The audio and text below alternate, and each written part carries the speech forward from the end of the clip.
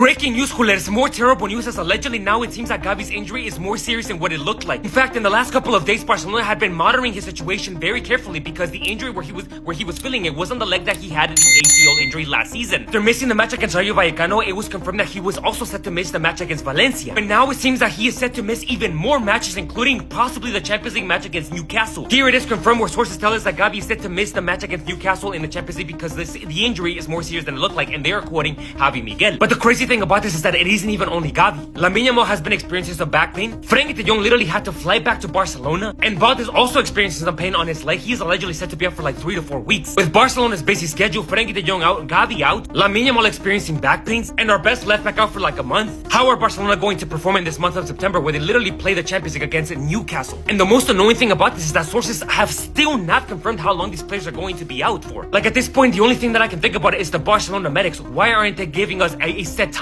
Why aren't they confirming how long these injuries are going to be for and whether or not they're grave or not? I don't know, culés, but I'm literally going crazy about this. So please let me know your thoughts and opinions down in the comment section. So drop a follow and please pray for our players. Ladies and gentlemen, attention, we finally have some good news as allegedly Lamine Yamal is not injured. This is great news, culés, so please drop a follow and let's get to this. Before we get to the main news, for those who aren't aware, Lamine Yamal had been experiencing some discomfort on his back. He began experiencing this discomfort in the match against Rayo Vallecano, but he was able to play it. In his most recent match with Spain, he had been experiencing this discomfort even more, and so because of this, Spain had decided to take some precaution with him during the training sessions. Because of so, his participation against Turkey tomorrow on Sunday was not fully guaranteed. Because of so, sources weren't sure whether he was going to be available to play against Valencia with Barcelona as well. In fact, it wasn't only Lamine Yamal, as Frenkie de Jong, Balde, and Gavi have all been experiencing discomforts in their respective ways. It wasn't until these news came up from Barcelona Universal that says Lamine Yamal seems that he is fit to play against Turkey on Sunday, namely being tomorrow. If this is true and he does end up playing against Turkey, we just have to monitor the way that he plays out that match. If he keeps experiencing this discomfort,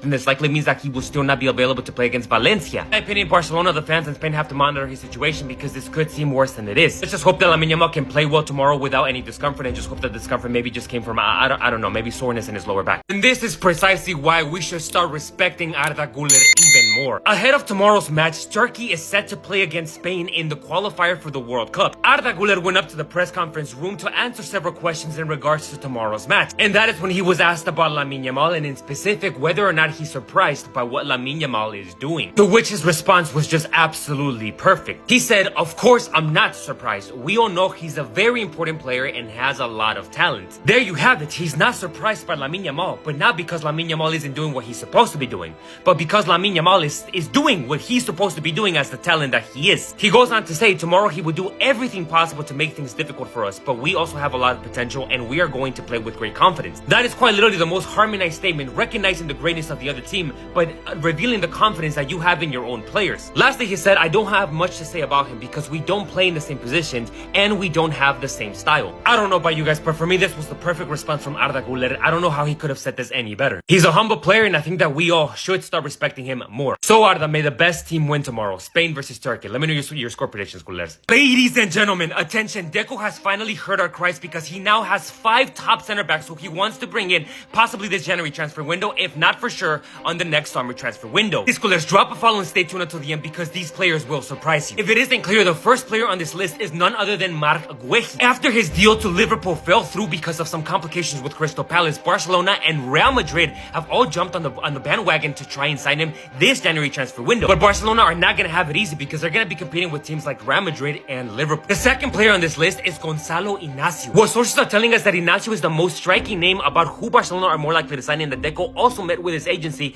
AS1 recently. However, in contrast to Marc Guehi, Inacio seems to have a contract with Sporting until 2027, meaning that Barcelona will not be able to get him on a free. The third player on this list is a 23-year-old strong center back who plays in the Premier League at Nottingham Forest. Can you guess who it is? If you said Murillo Santiago, then you are correct. If you aren't marveled about these 3 options, just wait until you hear the final 2. Fourth option is another Brazilian center back from Brazil that Deco had actually scouted when he flew out to Brazil. He is 19-year-old Luis Benedetti, who measures at 1.97 meters tall. If Barcelona signed him, he would become Barcelona's tallest center back in a long time. Fifth player on this list, culés, will absolutely surprise you because he actually comes from PSG. 21-year-old center back Lucas Beraldo. Problem with this one is that his contract runs until 2029, meaning that if Barcelona want to sign him, they would also have to likely play either his release clause or negotiate with PSG, who Barcelona do not have a good negotiation negotiations with. In my opinion, culeros, if you ask me, the player who Barcelona have to sign is none other than Marco Wehi. They could literally get him on a free contract this January transfer window. He was wanted by Liverpool and now is wanted by Real Madrid, so he is probably one of the top center backs, or could potentially be one of the top center backs in Europe. If Barcelona don't at least make the effort to go for him, then I just really don't know what Deco is doing at this moment. Players, those are all the news for now. Please let me know your thoughts and put it down in the comment section. Barcelona have just terminated this player's contract and nobody knew about it. Fabrizio Romano even commented on this story, saying that this player just left on August 28th in complete silence without leaving a single statement. Culers, this is just crazy, but please drop a follow and let's get to this. This player had literally grown up in La Masia. He was a gem. In fact, not only did he come and develop through La Masia, but he actually made it and broke with the first team. And we're not just talking about any Barcelona era, but one of the best Barcelona eras that we have experienced. Because this guy managed to break through Barcelona's 2011 team and be able to go out and actually win a treble with them. I can't believe that this fact isn't even talked as much. Like, imagine a player today. Think about Casado, who broke into Barcelona's first team and won a domestic treble with them. We all know about Casado today. But just imagine in 10 to 15 years from now, nobody's talking about Casado and he just happens to leave in complete silence. Well, that is precisely what has happened with Oriol Romeu. Because Fabrizio Romano confirms that Barcelona terminated his contract secretly on August 28th and that the midfielder left the club without any statements. The player is now looking at a new club as a free agent. And the fact that Oriol Romeu was said to be one of Barcelona's midfielders only a few seasons ago just makes the story even more crazy. So I'm here to shed some light to this because I think that this story deserves more light. Well,